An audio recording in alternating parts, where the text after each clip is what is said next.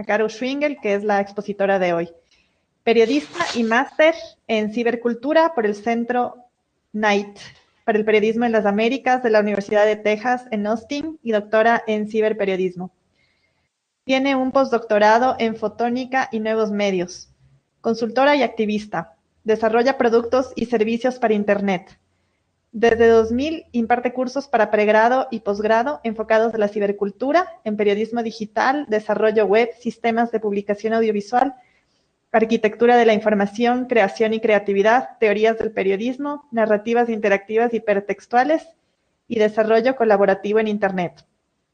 Es editora de la publicación Conflitos, que es Conflictos en portugués. Es integrante de Signis Brasil.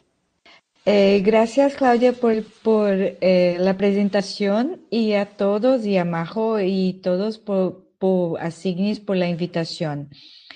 Yo hice mi doctoramiento por la Universidad Federal de Bahía y estuve por un periodo de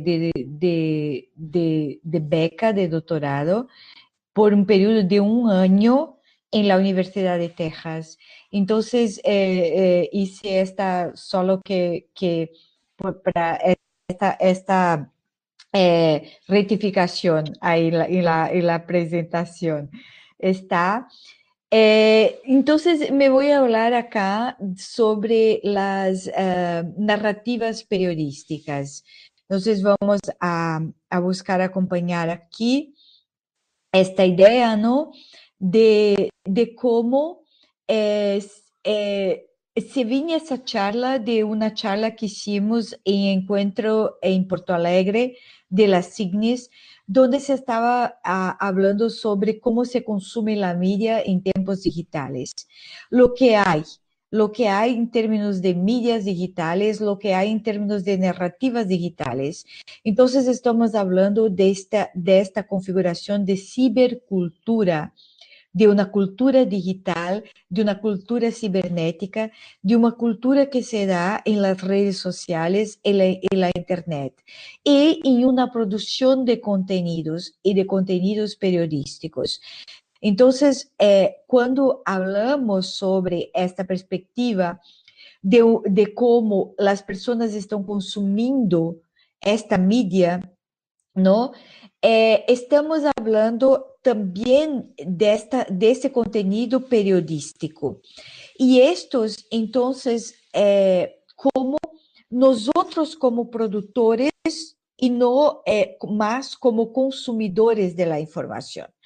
Creo que las tecnologías digitales lo que hicieron en un primer momento, y la Internet y las tecnologías de redes sociales, las plataformas de redes sociales, lo que hicieron se fue a liberar, como se dice, el polo emisor del contenido, de la información.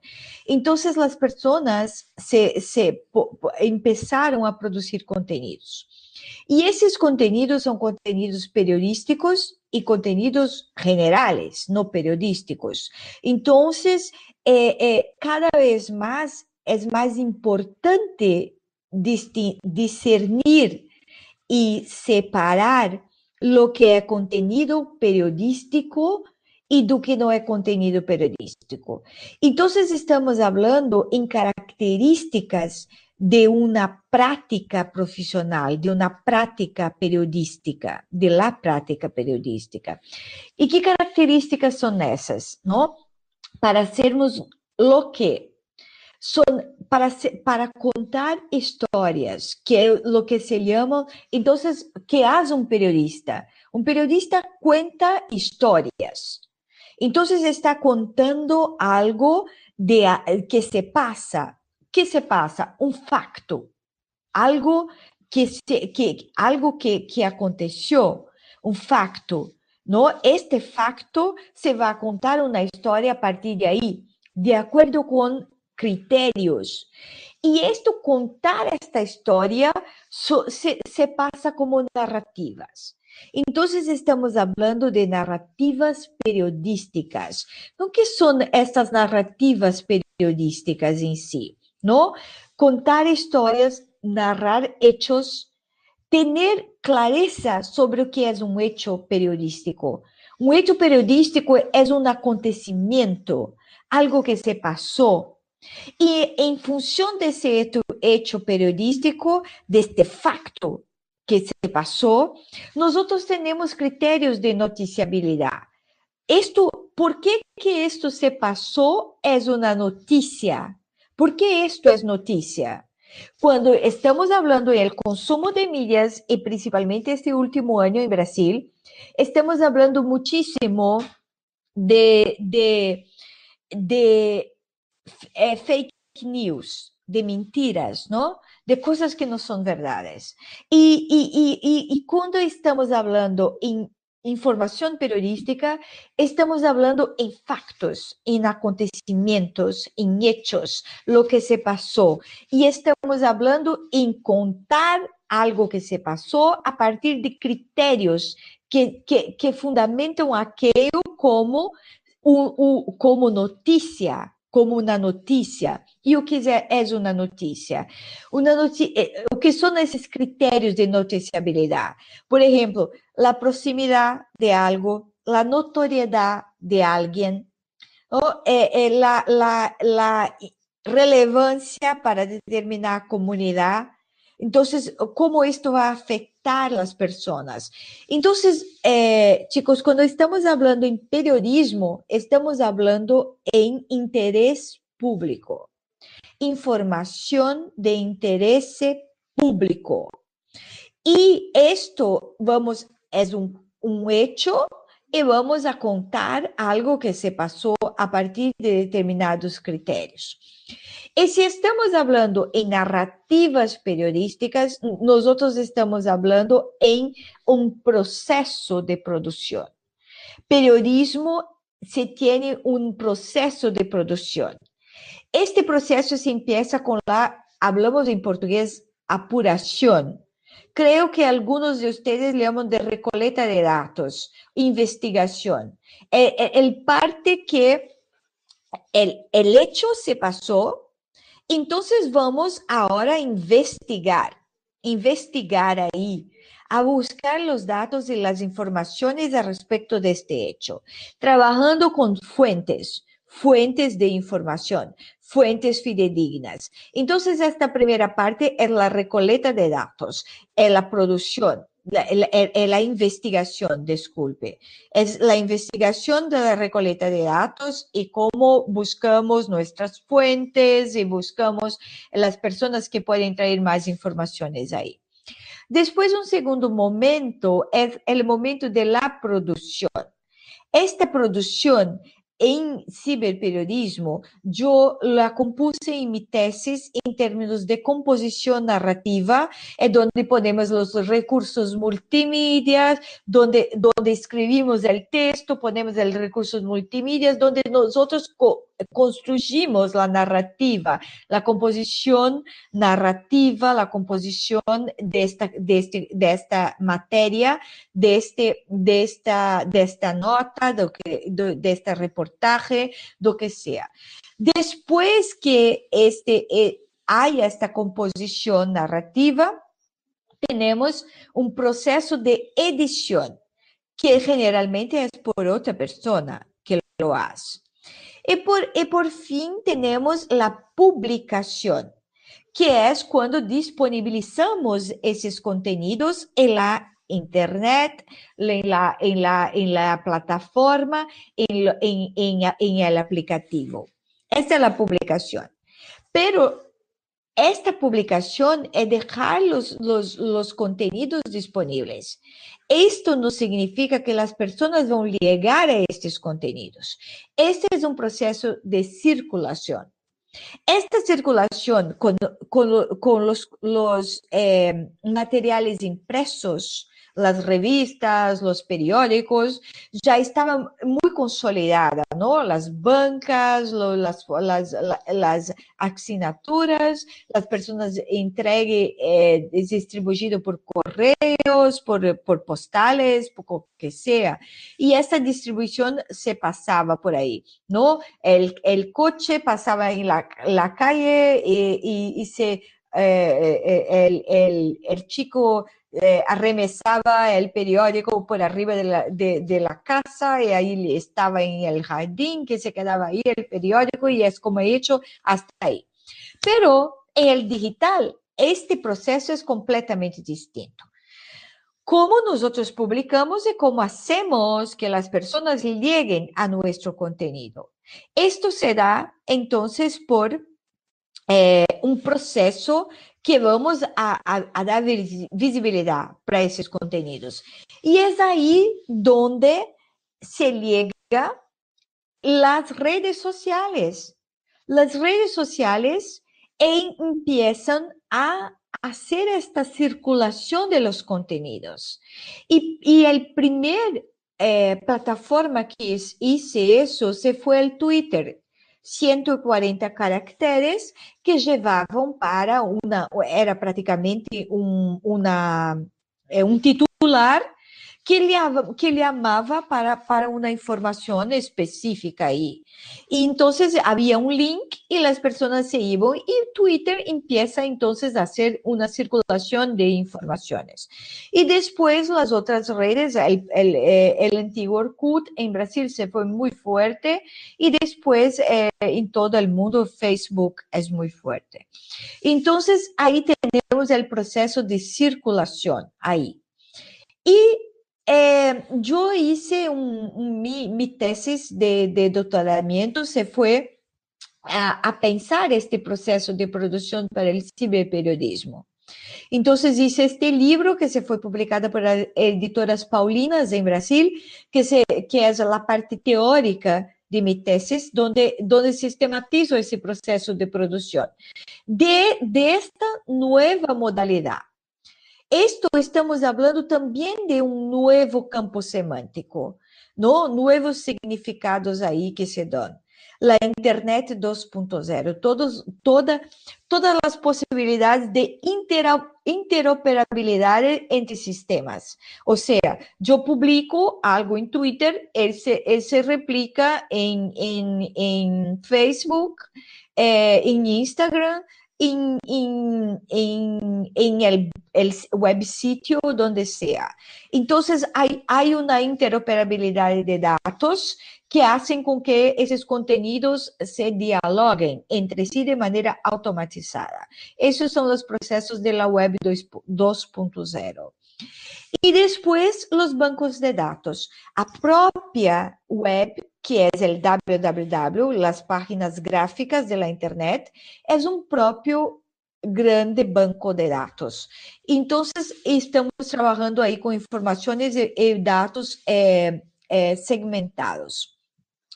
Entonces, estamos hablando en sistemas automatizados para cada etapa del proceso de producción. Entonces, una integración con la recolecta de datos, con la composición narrativa, con la edición, la publicación y la circulación, pero todo en una gran plataforma y en grandes sistemas que estamos trabajando ahí, ¿no? Entonces, ¿cómo yo cuento esa historia dentro de este proceso? Com o uso de sistemas automatizados nessa composição narrativa.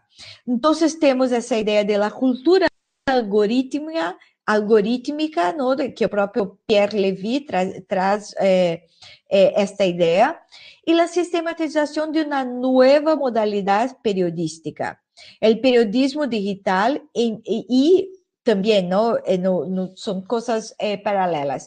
Há uma sistematização de uma nova modalidade, que é como podemos compor com multimídia, com sistemas, com tantas possibilidades que temos nesse processo de produção, e o periodismo em base de dados, não? Então, como podemos trabalhar com grandes quantidades de dados e fazer com que esses dados dialoguem e chegar a informações a partir de aí. Então, estamos hablando en términos de características de esta nueva modalidad. ¿Qué características son esas? La propia hipertextualidad, la multimedialidad, la interactividad.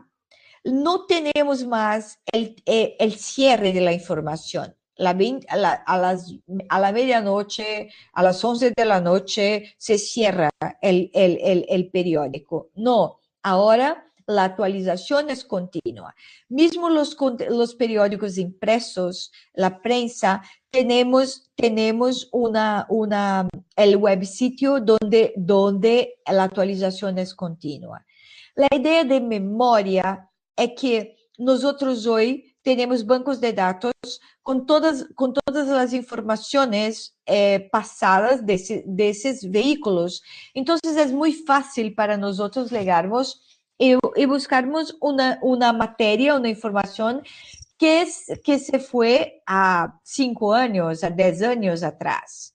Entonces tenemos memoria. Memoria es el cuidado que tenemos en periodismo con las informaciones ya publicadas y donde podemos buscarlas, ¿no? Buscarlas lo que fue. Y la supresión de los límites de tiempo y espacio como factor de producción. Esa se fue una característica que yo trabajé mucho en mi tesis con la idea de que el periodista no tiene más tres laudas, 3 páginas para dar una materia. El periodista no tiene más, ¿cómo se dice? 3 minutos para dar una materia en televisión. Nosotros podemos fragmentar estos contenidos en distintas páginas, en distintas, ¿cómo se dice? Distintos videos, distintos niveles de la información. Ponemos una página, otra página y vamos poniendo niveles de la información y contextualizando como tal.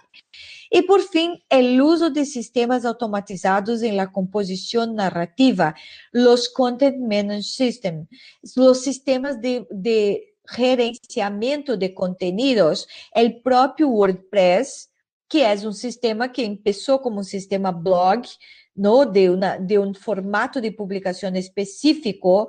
Este sistema ahora, ele pasa a ser un sistema de gerenciamiento de contenidos, porque ele publica web sitios con niveles de información, con menús, submenús, con organización de esta información. Y entonces podemos hablar de esos sistemas automatizados en la composición. Y estamos entonces hablando de tendencias periodísticas, ¿no? Estamos hablando de cómo, excusas, de una revolución efectivamente cultural, ¿no? Todos nosotros, ustedes, chicos, ya nacieron en ese proceso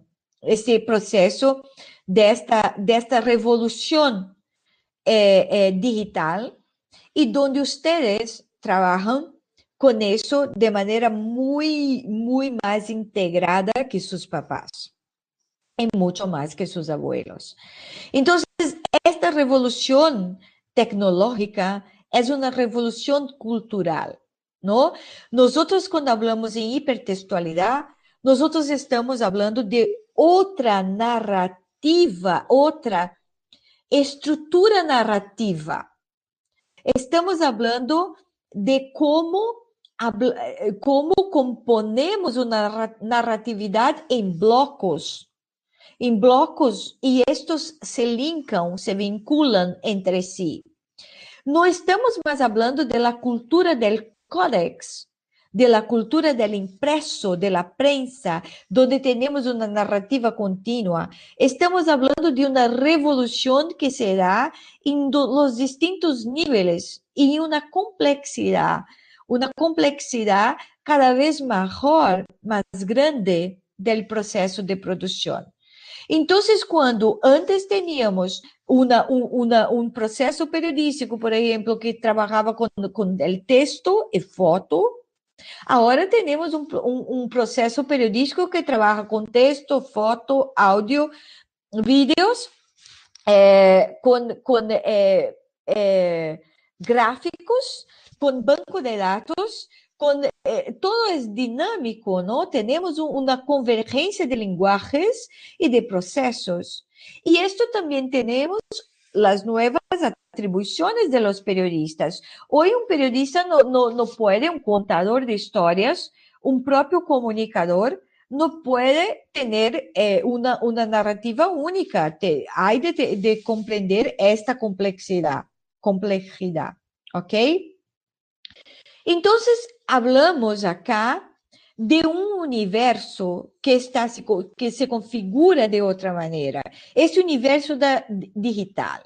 Y cuando hablamos de ese universo cibercultural, estamos hablando de las posibilidades que indican que están proponiendo, por ejemplo, la Internet de altísima velocidad, que es la Internet 2, ¿no? Con tajas de 10 a 16 gigabytes por segundo sendo transmitido y que está siendo muy utilizada por la medicina y también las personas quieren que sea mucho por los productos culturales también, ¿no? Estamos hablando hipervídeo y nuevas modalidades que se aparece ahí.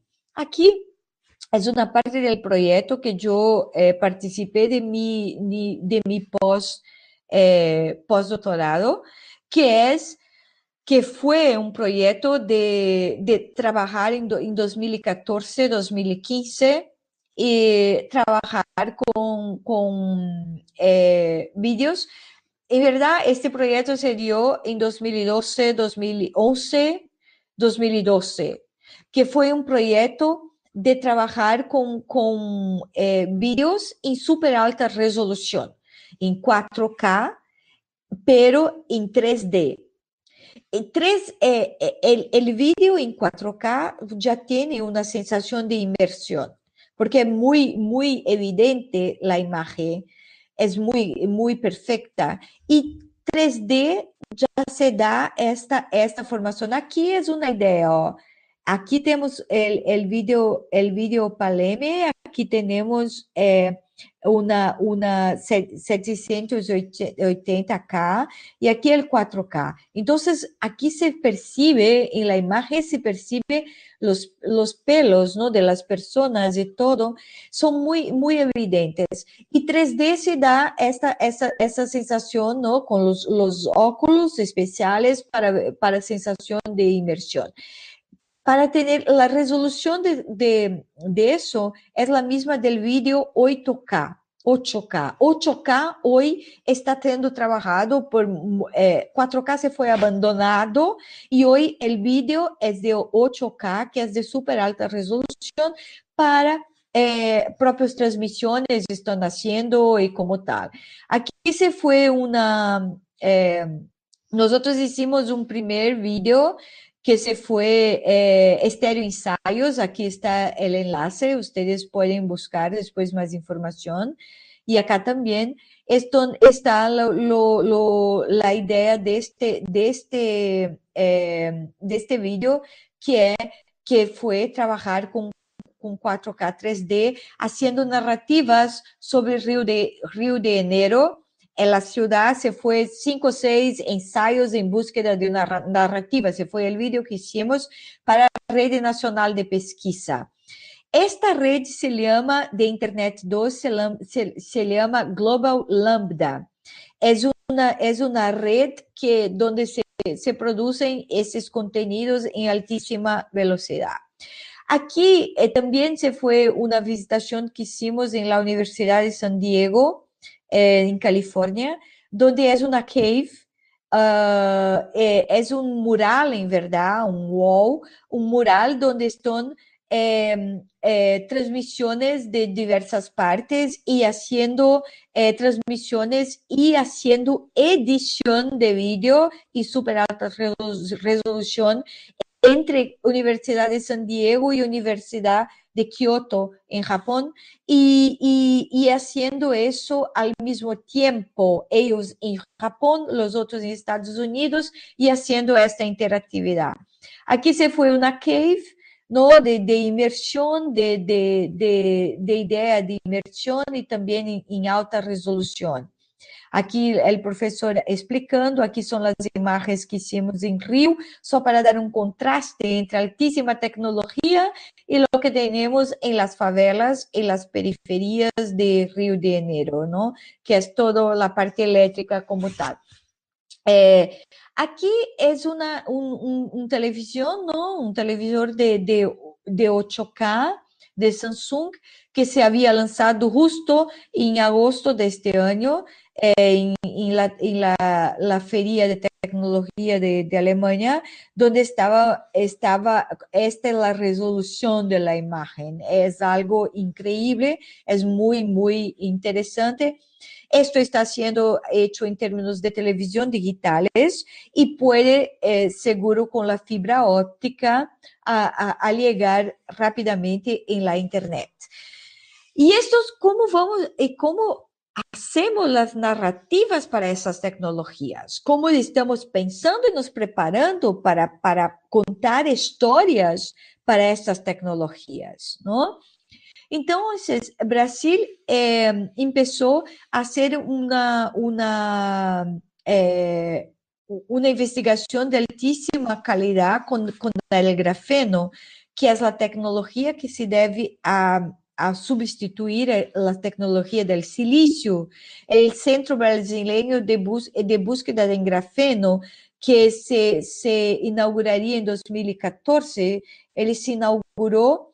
Essa é uma matéria de 2012 que apresentava esta investigação que meu coordenador de pós-doutoramento que está à frente em Brasil, e uma parceria com o Centro de Grafeno de Singapura. O grafeno que possibilita, por exemplo, chicos, este tipo de roupas, ¿no? De roupas y de tecnologías que son vestibles, ¿no? Donde se pone el reloj, donde se pone el teléfono, prácticamente como grafeno, es el grafiti, pero muy, muy fino, delgadito, muy, muy delgadito, y donde se puede, y que transmite datos. Entonces, esta es la posibilidad de toda sustitución de la industria del silicio, y por ahí tendremos una otra revolución tecnológica a partir de la utilización de esa tecnología. Entonces, estamos hablando en términos de convergencia, en términos de plataformas, en términos de nuevos lenguajes, en términos de procesos cognitivos, en términos de funciones distintas. Tenemos distintas funciones, estamos hablando, por ejemplo, de poner, ¿no? Cuadrados y rectángulos y redondos, todos de manera distinta. ¿Cómo vamos a contar estas historias? Esto es un ejemplo de una narrativa que sugiero que ustedes busquen en Internet. Se llama Snowfall. Es una gran reportaje hecha por New York Times. Esto se fue la primera grande reportaje puesta en distintos niveles. Entonces acá son 1, 2, 3, 4, 5 niveles como capítulos, y se fue la primera grande reportaje en web, que también se ganó el premio Pulitzer, pero la situación no fue esa, es que se fue llamada una narrativa orgânica, porque todo o contenido está de maneira horizontal, se vai bajando e se vai navegando de maneira horizontal e, de maneira vertical, se poniendo la página para abajo, y los niveles de la información se vienen de manera horizontal. Entran, ¿no? Hay animaciones, hay videos, hay todo, y todo se viene así compondo, acá está, esto será una animación que se va a mostrar, se fue una gran avalanche que se pasó en Estados Unidos con los principales deportistas de nieve y estaban ahí. Entonces, cómo se pasó eso y todo se va contando y es muy, muy interesante. Para ustedes verem que tipo de narrativa se é composta. Aqui é outra também, que é de Canadá, se chama Waterlife, e esta narrativa se dá de maneira por áudio. Entonces, toda la composición de la historia, todos esos cuadraditos que son videos, lo que llama, lo que compone la narrativa es el audio. No es más el texto que llama. Es el audio que está llamando, es el audio que está haciendo el vínculo entre las distintas historias. Entonces, es muy interesante este Waterlife, de ustedes verem, são as águas, ¿no?, que foram envenenadas em Canadá e que não são mais buenas, então se foi hecha este especial multimídia como tal. A mí me gusta mucho siempre poner este ejemplo de composiciones narrativas que en verdad es una agencia. Se fue una de las primeras agencias a usar de manera muy primorosa la integración multimedia en la narrativa periodística. Media Storm es de Estados Unidos, es de un periodista llamado Brian Storm, y él hizo esta agencia y empezó a contar historias, ¿no? Y a vender para MSNBC, creo que es uno de los principales divulgadores de contenidos multimedias, ¿no?, del comienzo de las tecnologías digitales. Y se fue. Es muy interesante que ustedes visiten eso y conocen las diferentes narrativas que ellos hicieron y la propuesta también de la agencia. Esto aquí es un aplicativo hecho en Brasil que se llama el Basómetro. Basómetro es una herramienta interactiva que permite medir el apoyo de los parlamentarios al gobierno, a los proyectos propuestos en la Cámara de los Diputados del gobierno y acompañaron cómo se posicionaron en las votaciones legislativas. Esto es un aplicativo hecho, como se dice, con periodismo en base de datos. No todo utiliza base de datos que dialogan entre sí. Acá se fue un aplicativo hecho en Brasil que también la narrativa se da por los vídeos y no por el texto como generalmente se pone. Entonces la narrativa es de buscar los contenidos dentro de los vídeos y hacer vinculaciones con otros vídeos. Entonces es muy, muy interesante de pensar en compor historias a partir de ahí. Aquí es lo que se llama de periodismo 360 grados. Entonces, es la idea de inmersividad. Ustedes van a encontrar en internet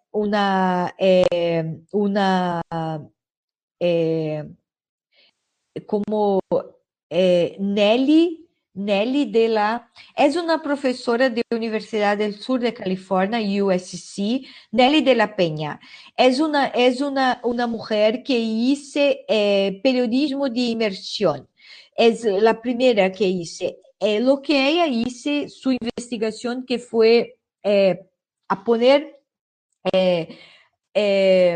los aparatos, ¿no?, luva de datos, a los óculos, a los audios, a poner estos aparatos en las personas y a poner a esas personas como si fueran los chicos, los niños de la guerra de la Siria.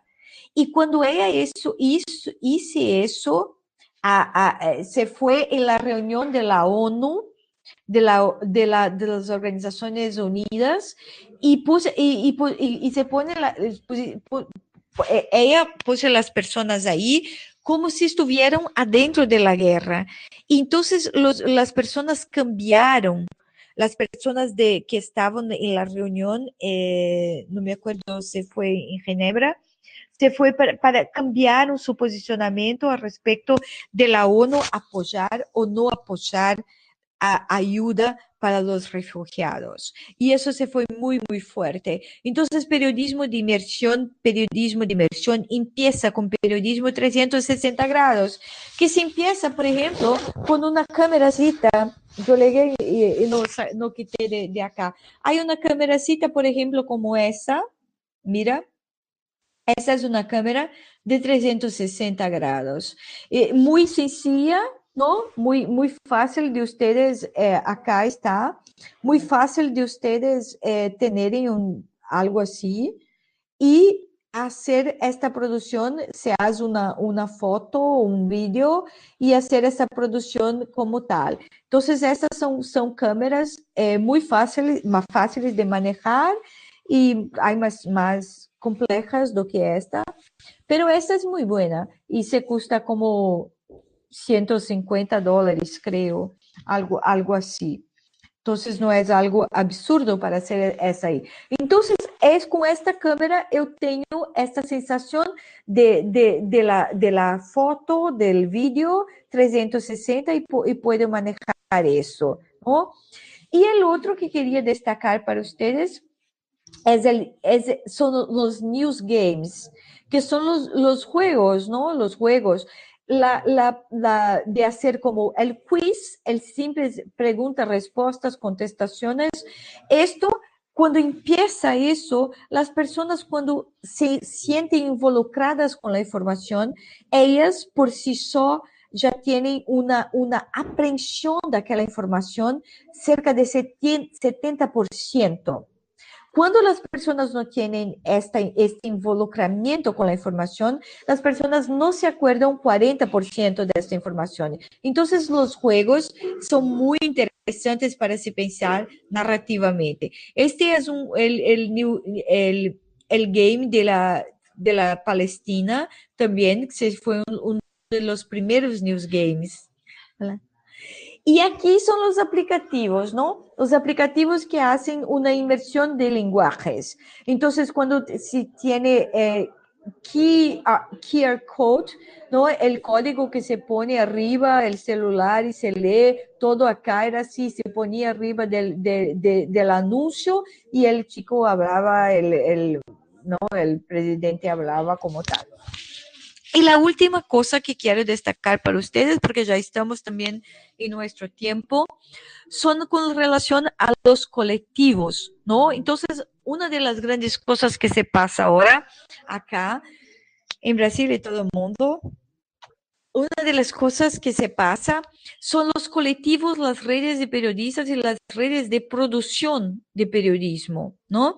Entonces, uno de los primeros que hicimos, que tuvo visibilidad en Brasil, por ejemplo, se fue Medianija a partir de las manifestaciones de 2013 en Brasil. Entonces tenemos Medianija que se fue y se empezó a tener mucha visibilidad. Entonces fue una red que después le llamó otras personas. Aquí es una reunión que ellos llamaron en 18 de julio de 2013 en São Paulo, donde hicimos una reunión para discutir, para charlarmos sobre modelos, propuestas, financiamientos para cobertura, actuación periodística.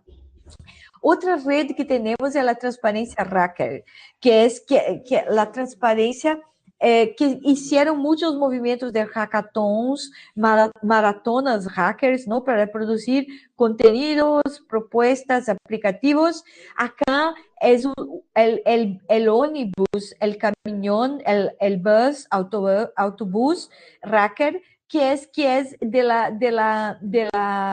un grupo también en Brasil que se organizó, hice, y con este bus, entonces pasaban por las ciudades resolviendo problemas y cuestiones que esas ciudades tenían. Por ejemplo, aplicativos para calcular la movilidad urbana.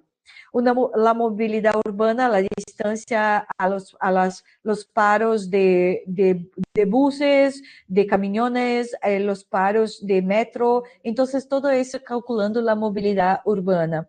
Esto es una idea de hackathons, de maratonas hackers, solamente para mujeres. Hicimos esto en São Paulo algunos, ¿no? Algunas veces así. Aquí es otro colectivo que se llama Hacks Hackers, que se ponen periodistas y hackers juntos a pensar las posibilidades de resoluciones narrativas, aplicativos, de como tal ahí. Periodistas libres o jornalistas libres en portugués son los periodistas, un grupo de periodistas que empezamos en São Paulo. Yo hago parte de esta formación, que empezamos a proponer nuevas narrativas, narrativas narrativas distintas a la de imprensa tradicional. Entonces tenemos un gran grupo tradicional de imprensa y hacemos toda esa perspectiva de cómo contar algo que la gran empresa no conta. Entonces fuimos a las manifestaciones y mostramos la otra parte, el lado B de las manifestaciones, por ejemplo. Acá se fue el grupo que empezando aquí, acá estoy yo. Este es un fotógrafo que en una de esas manifestaciones la policía se alvejó a él con la bala de borracha de látex. A su ojo, él perdió uno de sus ojos en esto allá. Porque más, y esto es que Claudia dice para ustedes, yo edito a esta página, a este proyecto, que es tener una red de periodismo en Brasil. No, periodistas libres se hacen como comunicadores, y acá tenemos una perspectiva periodística, información baseada con este proceso que todo hablé para ustedes, ¿no? Proceso de producción muy bien definido, todo, y que este proyecto se llama Conflictos. Es una pretensión nuestra. Nosotros decimos solamente el periodismo tiene respuestas, solamente el periodismo trae la información, ¿no? De fidedigna. Entonces, esto que quiero invitarlos, incluso para que si quisieran participar, se pueden www.conflitos.com.br para ustedes a irem ahí. Entonces, muchísimas gracias por su atención. Creo que se fue esto. Pasamos a unos 5 minutos, pero tenemos 15 minutos aún, ¿no, Claudia? Para interagirmos, ¿no? Claro, sí, ahorita es el espacio de preguntas, entonces les invitamos, porfa, a que escriban las preguntas en el chat o que activen el micrófono, chicos. Un tema súper interesante, súper novedoso, muy amplio, súper amplio. Sí, mira, yo busqué a dar esta idea muy amplia, porque creo que ustedes tienen condiciones ahora, a partir de aquí, a ver lo que les interesa específicamente, y podemos después dialogar más, ¿no? Claro, claro que sí. Entonces, chicos, esperemos a ver alguien que se anime a hacer la pregunta, escribiendo o... Parece oír una voz ahí, ¿no? No, pero sí, súper interesante, y son las nuevas tendencias. Ahí está Ricardo Alvarenga de Brasil, que tiene una pregunta. A ver, vamos. Hola, Ricardo. Ahí está en el chat escribiendo.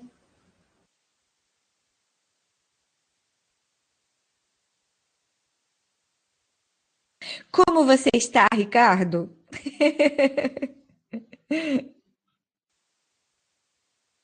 Sí, y Ricardo, puedes activar el micrófono. A ver, ahí está activado tu micrófono. Ajá. Hola, Caro, ¿todo bien? Hola, querido, ¿cómo estás? Muy bien. Vou falar em português para ficar mais fácil, mas vou falar despacito. Caro, eu gostaria que você comentasse um pouco mais sobre essa perspectiva das redes que se formam também a partir desse webjornalismo, né? Como no caso dos jornalistas livres, que acaba se tornando uma grande rede de colaboração e que isso possibilita muitos trabalhos, a interação e a cobertura de alguns fatos que algumas vezes nós não teríamos um jornalista específico lá, mas a partir dessa rede de interação que é possibilitada a partir do ambiente digital, isso é favorecido. Queria que você comentasse um pouco mais sobre essas possibilidades que advêm para o campo do jornalismo também com o ambiente digital. Entonces, una de las cosas que yo en mi investigación, en mi práctica periodística, siempre vengo destacando y es que la propia tecnología, la base de la tecnología de la Internet, ¿no? Es esta gran red, es esta interacción. Entonces, cuando nosotros pensamos en cualquier organización a partir del uso de estas tecnologías, es mucho más potencializador que trabajemos con redes, organizaciones que sean redes que se conectan, redes que tienen su punto, su polo, ¿no? Su puntito, y que esto sea potencializador, que sea difusor, que sea reproductor. Entonces tenemos el punto, la vinculación, el punto, la vinculación, el punto, la vinculación, una estructura en red. Y lo que se pasa es que la media independiente en Brasil empezó a percibir que no tenía condiciones de hacer una frente a los grandes vehículos de comunicación. Entonces, se empezaron desde los aspectos culturales, ¿no? Desde la producción cultural. El Ministerio de la Cultura de Brasil tenía y tuve una fuerte actuación en composición do que se llamó de culturas libres, ¿no? De talleres a respecto de tecnologías digitales, de cómo producir contenidos, todo, y todo se empezó a pensar, ¿por qué no poner esas personas trabajando de manera en red, ¿no? Trabajando como tal? Y lo que se pasa a partir de las manifestaciones de 2013 es que las personas se perciben que ellas tienen condiciones de hacer eso con su celular, con su computador, con las tecnologías que ellas tienen de producir contenidos. Entonces, ellas dicen, ¿cómo vamos a producir esos contenidos? Nos poniendo en contactos con los otros. Y empezaron entonces a hacer esto primero como dice, con Medianija y después de una manera más específica periodística con los periodistas libres.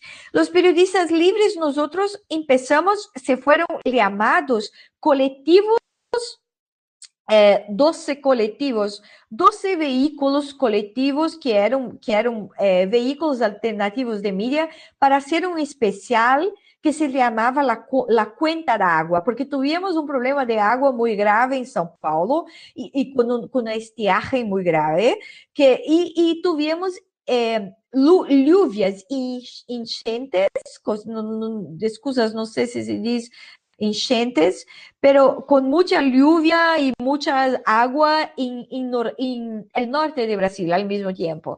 Entonces las personas empezaron, todo está interligado en términos de clima y vamos a hacer esto, y estos grupos se reunieron y vamos a hacer esto por cuenta de agua. El especial cuenta de agua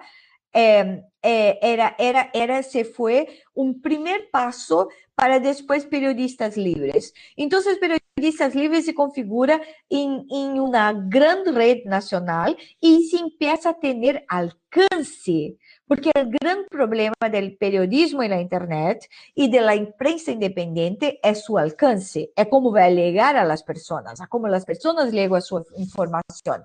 Entonces, estos grupos empiezan a poner redes, a se proponer como redes y a abrir para que las personas participen.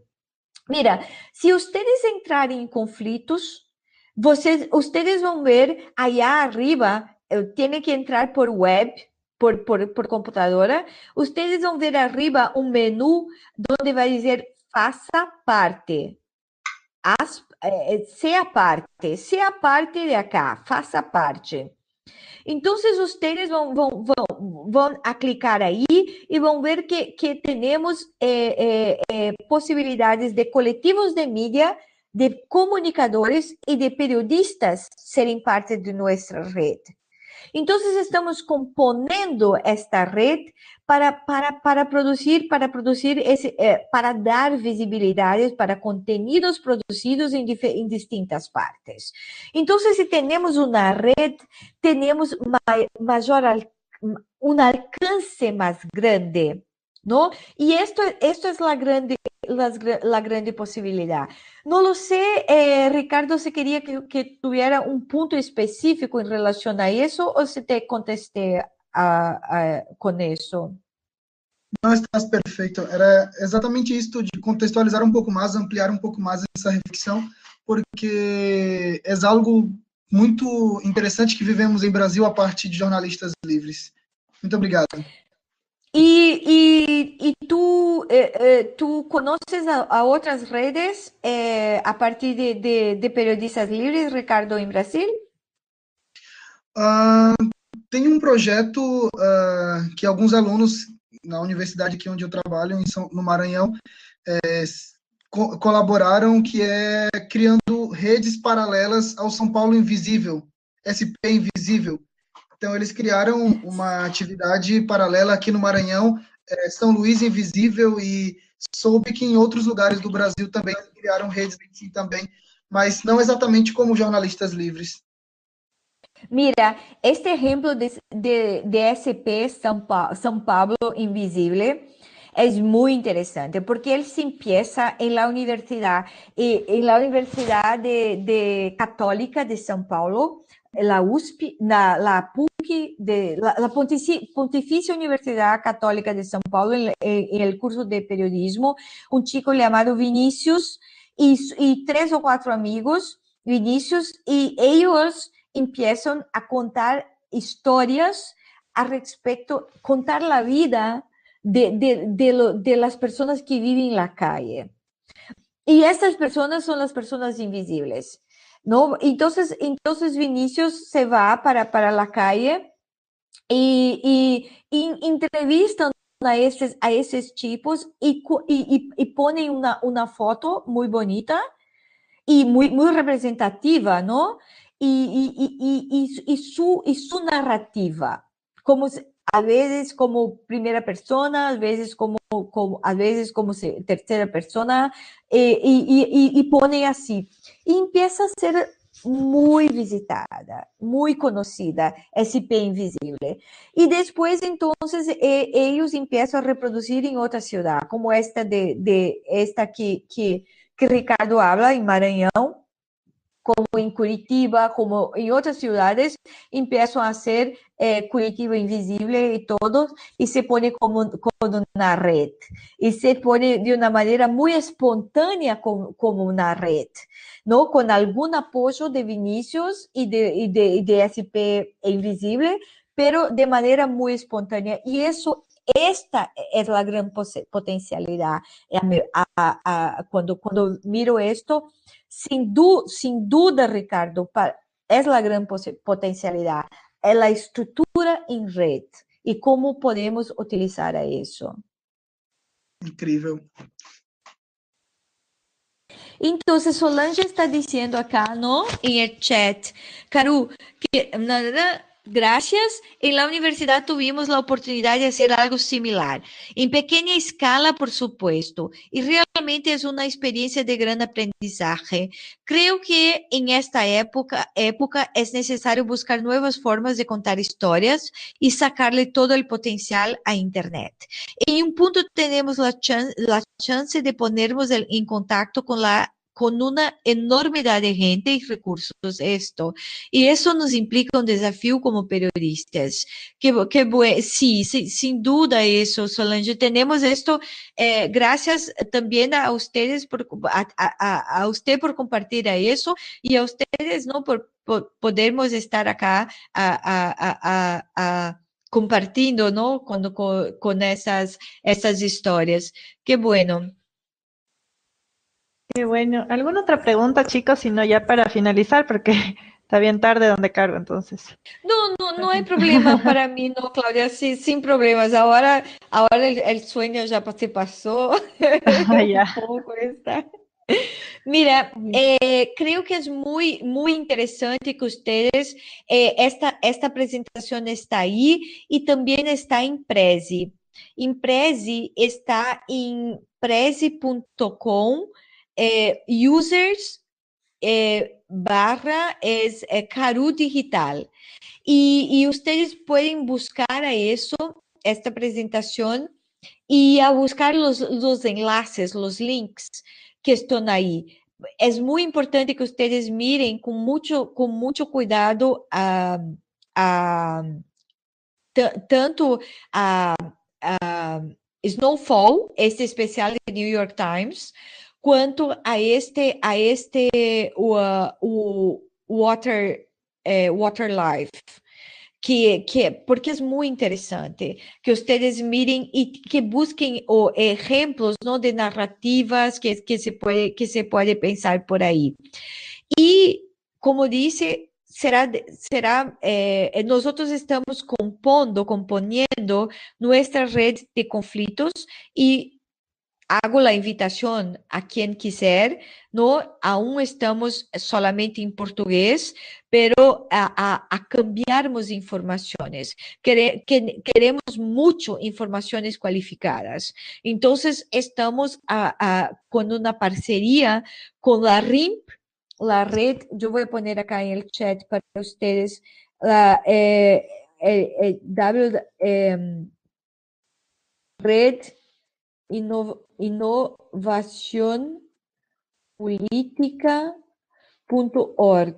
Tenemos una parcería con esta red que también tiene una acción muy interesante y acá está conflitos.com.br. Está conflitos. Entonces, será un honor tener a ustedes en conflitos. Caro, ¿y qué tipo de contenidos se publican en conflictos? No, conflitos. Solo conflictos. Conflictos. Sí, conflictos principalmente políticos, guerra, hambre, eh, eh, ¿cómo se dice? De etnias, ¿no? Minorías. Conflictos que sean, por ejemplo, movilidad urbana, educación, salud, ¿no? Cuestiones, eh, situaciones conflictivas. Por ejemplo, yo puedo hoy estar en mucho conflicto porque hay mucho tráfico para ir para mi casa, por ejemplo. Entonces, hoy cuando salgo del trabajo, en un ejemplo, estoy en conflicto porque me voy a quedar 2 horas y media en el tráfico. Entonces, esto es un conflicto muy grave de movilidad. Entonces, ¿cómo vamos a contar, a contar esta historia, a hablar sobre eso? Por ejemplo, ustedes tienen la situación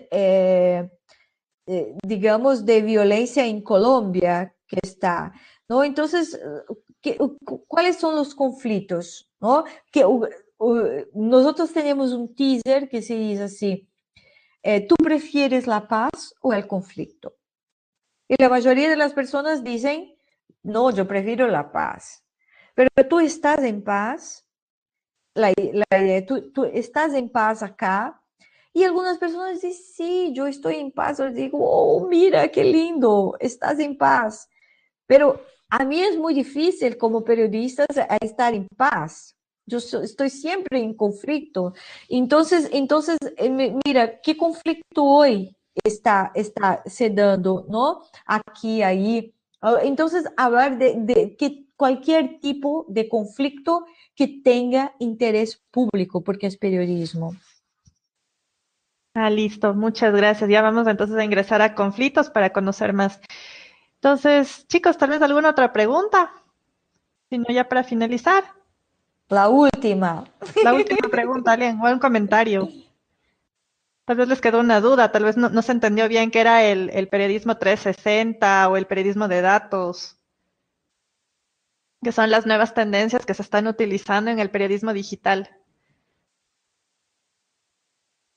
Periodismo de datos, que es justamente para procesar datos, o sea, de lo que yo veo, distintas maneras creativas de procesar los datos, ¿no? Y como decía Caro, de devolver las historias. Yo creo que solamente quería hacer referencia a una página web que da, bueno, no sé si ustedes han escuchado, que se llama el Knight Center for Journalists. Knight Center for Journalists. Ese tiene un montón de cursos enfocados a estos temas, muchas veces online, sobre estos temas de periodismo 360, periodismo de datos. Entonces eso les recomendaría ingresar. No sé si ya lo conocen. Creo que es así, ¿no? Night Center U Texas. Punto. A ver, veamos. Knight Center for Journalists de las Américas. No me acuerdo, pero creo que Ah, ya ahorita la encontré. A ver, ya le voy a copiar. Ahorita. sí. Por A ver, ya favor, le Claudia, copié. Sí, es ponga ahí. este. Sí, U Texas Edu. Era esto que estaba. Night Center, utexas.edu. Ellos, entonces, Night Center se fue un centro propuesto por un periodista brasileño que se llama Rosenthal Calmon Alves. Él fue mi coordinador de ese periodo en Universidad de Texas y él se fue junto con otro periodista en Brasil, los dos que ponieron el primer periódico en la íntegra en la internet. Y Rosenthal Calmon está en Universidad de Texas y durante mucho tiempo Night Center hice el monitoreo de la violencia contra periodistas y la libertad de prensa y de expresión en las tres Américas.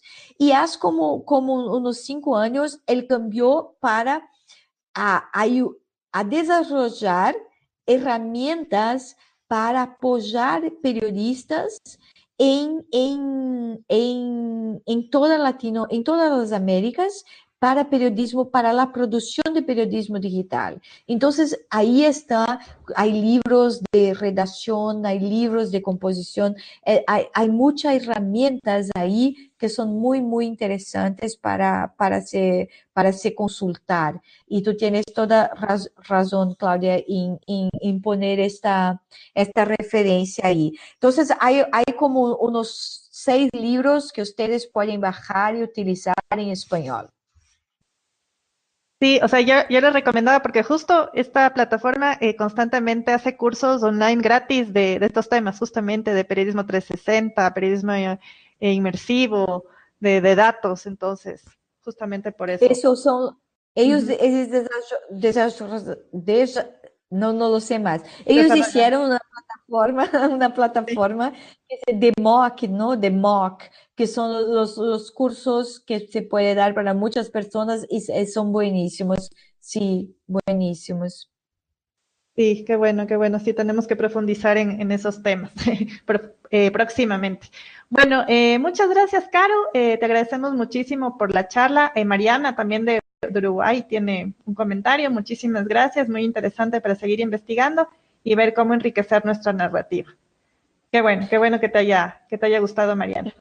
Bueno, entonces, con esto, bueno, ya nos despedimos, chicos, y hasta la próxima charla, entonces, que será en el mes de enero, y les deseamos de una vez un feliz año, una feliz Navidad.